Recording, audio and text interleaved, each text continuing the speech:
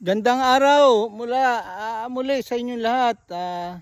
Ngayon po ay Sabado, May 11. Ito po yung aming bagong sector ng dragon fruit. 204 poste ang bago naming tinanim dito. At so yung una namin is 300, 150, 450 at saka 200 ngayon. So more or less mga 650 ang posting na ilagay namin. Ngayon po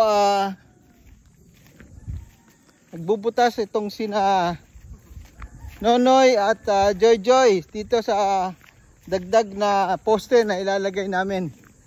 Nonoy, bumati ka naman. At marami na tayong follower, 1,000. 1,000 oh.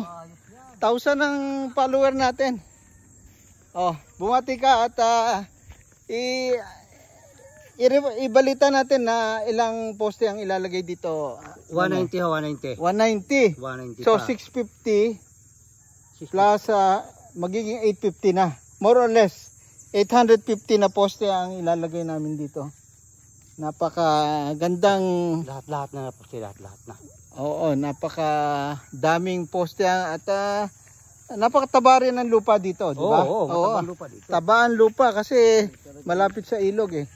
Oh, Joy Joy, bumati ka naman Joy Joy at bumati kang magandang umaga. Magandang umaga sa ating mga follower, Joy Joy.